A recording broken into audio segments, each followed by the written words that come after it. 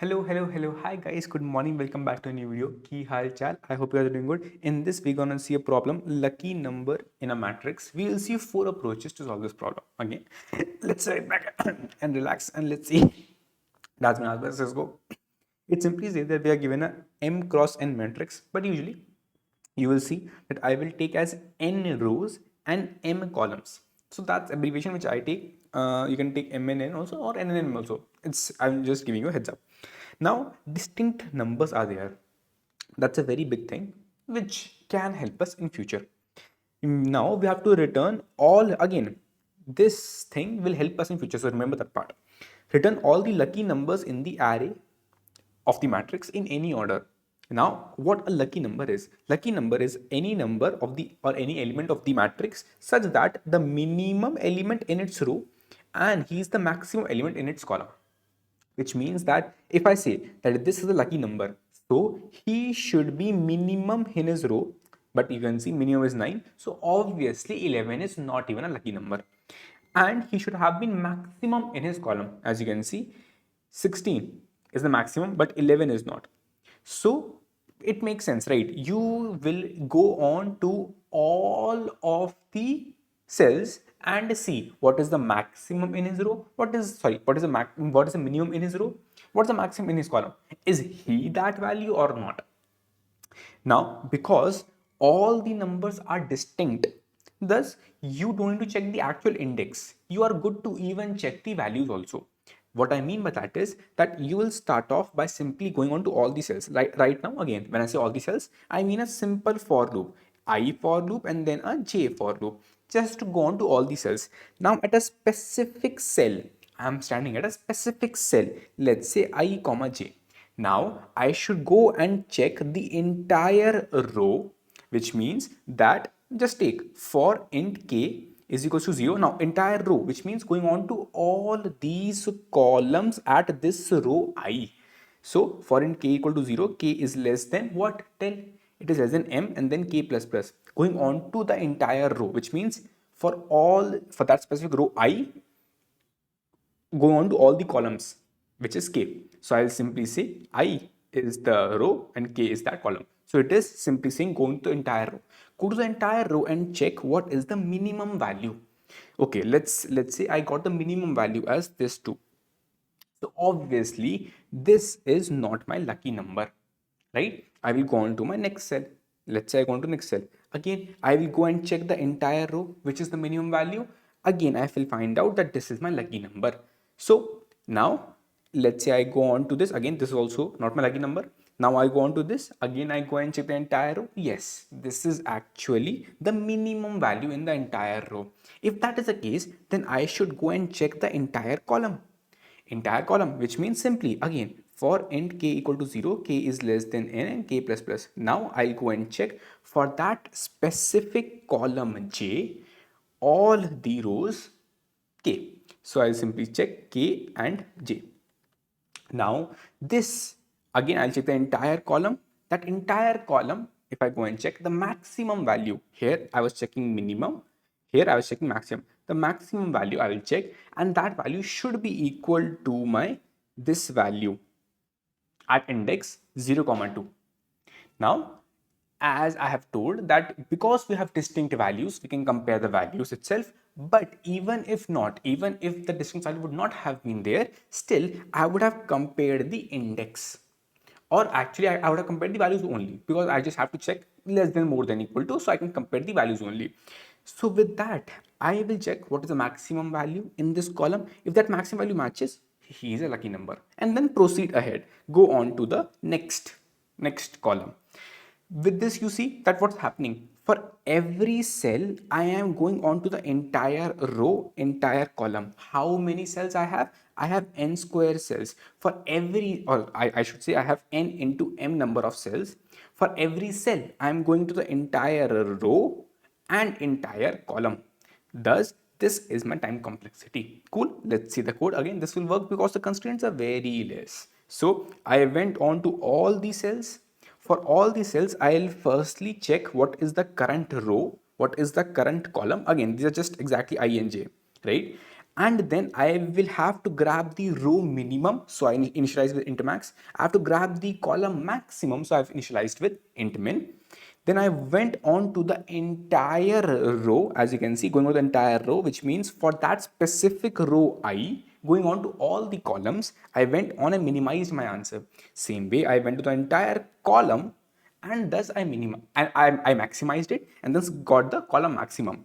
Now, for this number, which means nums or matrix of ij, if it needs to be a lucky number, it should be actually also my row minimum and also my column maximum. So I'll check if my matrix of ij, if it is equal to my row minimum and it should be equal to my column maximum, then he's a lucky number, and push that in my answer. Now you can simply see it is n into m into this m plus n. So time complexity will be O of n into m plus n as a time complexity. As you can see, there is no extra space used, so space will be O of 1.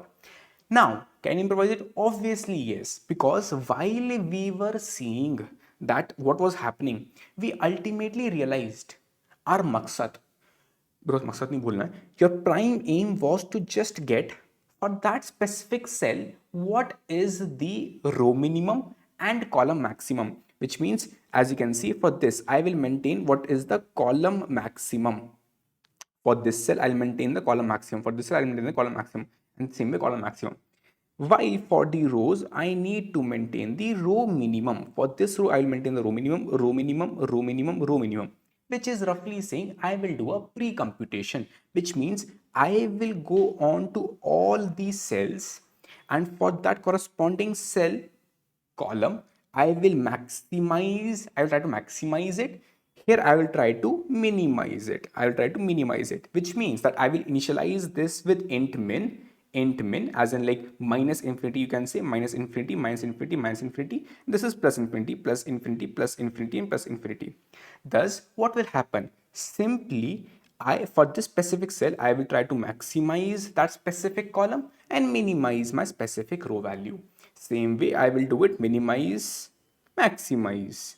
Here also, let's say here also minimize, and here also maximize. Thus, after iterating on all these cells once, I will have my, for that specific column, I will have my column max array build and row minimum array build, which means now for every cell I have their corresponding columns max and row min.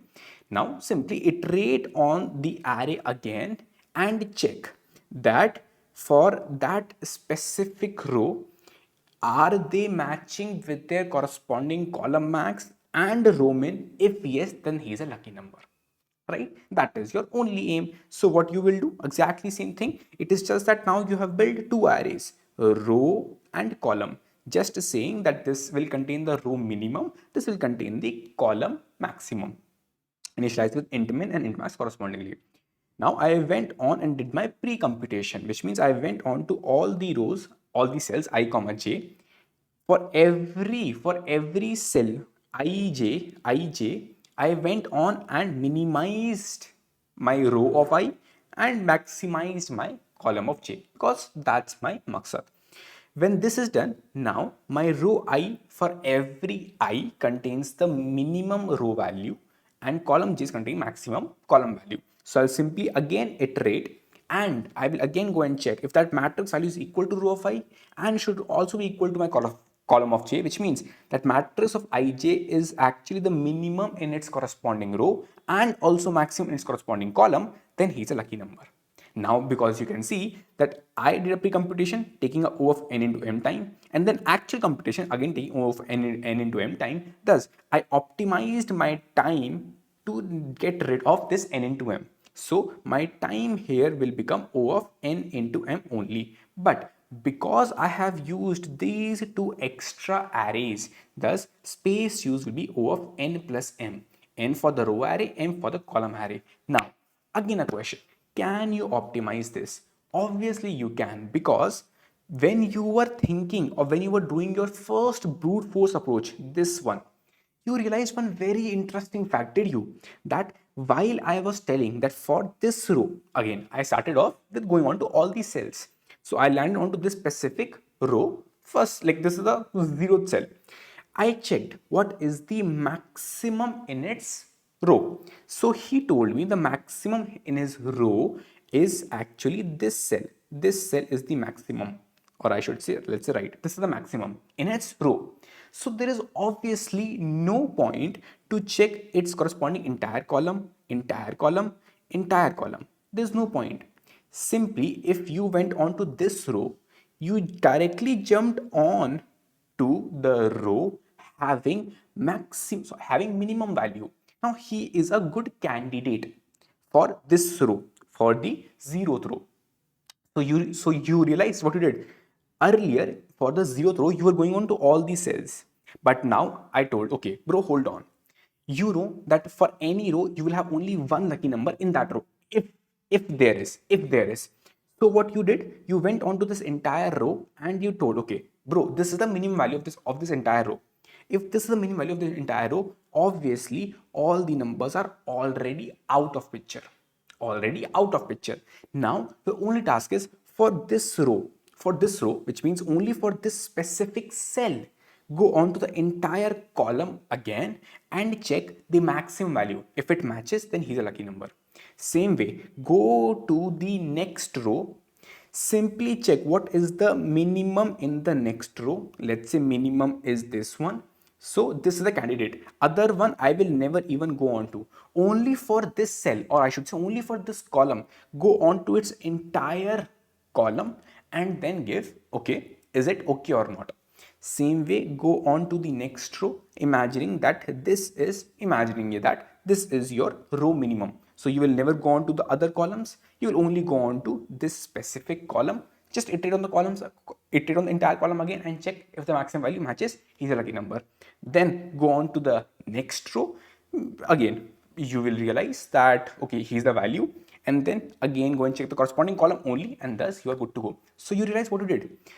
Every time you just went on to one row, iterated the entire row, which means all the cells you iterated, then you found out minimum value on that row. Only on that specific column where you found out the minimum value, you went on to that column only entirely. So with this, I am going on to all the rows once and all the columns also once. Thus my time complexity will be O of n into m only, because I'm just going on to all the cells exactly once now. Here I went on to this. I realized that he is the minimum. Then I went on to this column only and it traded, okay, and found out what is the column maximum. If they are matching, I'm good. So if I ask you, what is the maximum number of magic numbers which you can have by considering this approach? It will be at max minimum of n or m. It says like this. Again, we will prove it. It is not the correct answer, but yeah. Again, when I say correct, I mean for this approach, it feels correct. And okay, this is just to showcase, okay, what maximum number of magic numbers you could have in an entire matrix. Now, let's see how we'll code this up. And again, this is just the same approach as you saw in the brute force, just optimize and not going on to all the columns. If this is wrong, there is no point to iterate on the columns. Iterate on this only column, which will optimize your time. So I did the same thing. I went on to all the rows, which means this row, this row, this row, this row. Now, for every row, for let's say if I am at the first row, for this first row again, this is saying I iterate on all the rows. For every row, my task is to go and find the cell having the minimum value in that row. So I will write a simple loop in which for that specific row, as you can see, for that specific row I'll go on to all the columns J and will check the minimum value. Ultimately, I will get the row minimum value, which is this. But you know that you will have to start, or you have to do a column traversal also on this specific minimum value, so as to actually figure out if he's a good candidate for your minimum or not. So you would also need to know at which column, okay, I know the row is I, but at which column I got this minimum value. So I also maintained a row minimum corresponding column. For this row minimum, what is the corresponding column? Thus, after simply iterating, I got what is the corresponding column of this row minimum value, which means he's a candidate for the row I. Then I went on and iterated on this entire column, which means now this column is row minimum column. Now I will just say column. Column will be row minimum column. I will iterate on this entire column and we'll see what is the maximum value. Same way, for this column, I iterate on all the rows for that column. The column is this. I iterate on all the rows again for this column, only going on to these cells. As I go to these cells, I will simply grab the column maximum value. And again, I also need to know, again, let's say if I iterate, the column maximum value is this one. So I should know what is its corresponding row, because I know the column is COL. I know the column is now COL, but the corresponding row I should know that, okay, which cell is this? So I'll iterate and I will get my column maximum. Now, when I've got the column maximum, I know that I was right now at the row number I. He was the candidate. So, whatsoever column maximum you have got, its corresponding row should be equal to I. So I just simply said that I should be equal to the column maximum row, because for this row you went on to the minimum value row cell which gave you a column. For that column you went on to the maximum value row. Then ultimately for this cell to be the answer, he should have the maximum value, which means this should be the row. But if not, then let's say he is the maximum value, then he will have a row which is different from I. So he is not a good candidate then to get into your magic number. Thus, you will check if it is matching, then you will simply push the answer. Thus, you will see ultimately, again, no brains used. Ultimately, the time used here will be O of n into m again, because again here O of n here, and simply O of m here, and again O of n here. So it is O of n into m plus n. And again, space used will be O of 1 because no extra space used. Same time complexity. But can you think of one thing? Again, it's exactly same. There is no extra thing used. So you might feel like, Aryan, you missed one thing, Aryan. What if, like when you were explaining us, what if that when you were explaining this thing, this portion, what if that this row comes and then again this row comes? What about in the same, like in the next row, same column comes in? It will not happen. And ultimately what we figure out was, okay, maximum we could have minimum of n comma m distinct magic numbers. That is also not true, considering if we consider the uniqueness of the values. Because if we look off very carefully, again, this is the final code which we have written, and it is the most optimal code also, which is taking O of n into m time, and also it will only like take your O of 1 time. Now, sorry, O of 1 space. Now, one thing which we should realize is that we will have only one magic number in this entire array. Thus, you will see as soon as, again, this is the exact same previous code as what we saw. Instead, I was having that vector which will return the answer. I just simply know it will have only one magic number. Thus, I returned, as soon as I got any match, I will return that specific number. And ultimately, if not, then return empty. This is the only change from the above code. Now, why I was able to say that, again, there is no improvisation in the complexity, still the complexity is same. It's just that I'm telling you that this is something new which you should be knowing and how we derived it. So imagine that this is one magic number. Let's say name it as x. Now, if this is a magic number, obviously, so let's put the value here so as to make you feel good. So if he's a magic number, let's say value is 10. So he should be minimum. He should be minimum in his entire row. So let's say I put values as 14, 18, and 20. Now again, like only put highlight on number 10. Now if he is minimum and he should be maximum in his entire column, so obviously it will be, let's say 8, 1, and let's say 2, or let's say 6. Now, okay, this is minimum and this is maximum. For any other number to be a magic number, let's say we put this candidate as y. For he to be a magic number, obviously, he should be minimum. He should be minimum in my entire row. Obviously, if I become less than my 1, okay, let's say even if I put a 9 here, maximum I have put. So I should be minimum less than my 9. So let's say I put the value as 7. Okay. Now, okay, valid, first condition valid. Second condition was he needs to be maximum, which means he needs to be more than 18. That was the issue. Which means, again, this is I showed by number that says 7 cannot be more than 18. So you have to also be less than 10. You also have to be more than 10, which at the same time is not possible considering we have distinct values. So we have a number x. We realize that x should be, again, let's put it, let's say if this is a, this is b, this is y. So you are saying that x is actually a unique, unique number, like magic number, and you are thinking for the candidate as y. So we are saying that x should be more than my a. Now x should be less than my b. Now same way, if y needs to be there, so y should be less than my a, and also y should be, if I just say y should be, if as you can see it is in the column, so y should be more than my b, more than my b.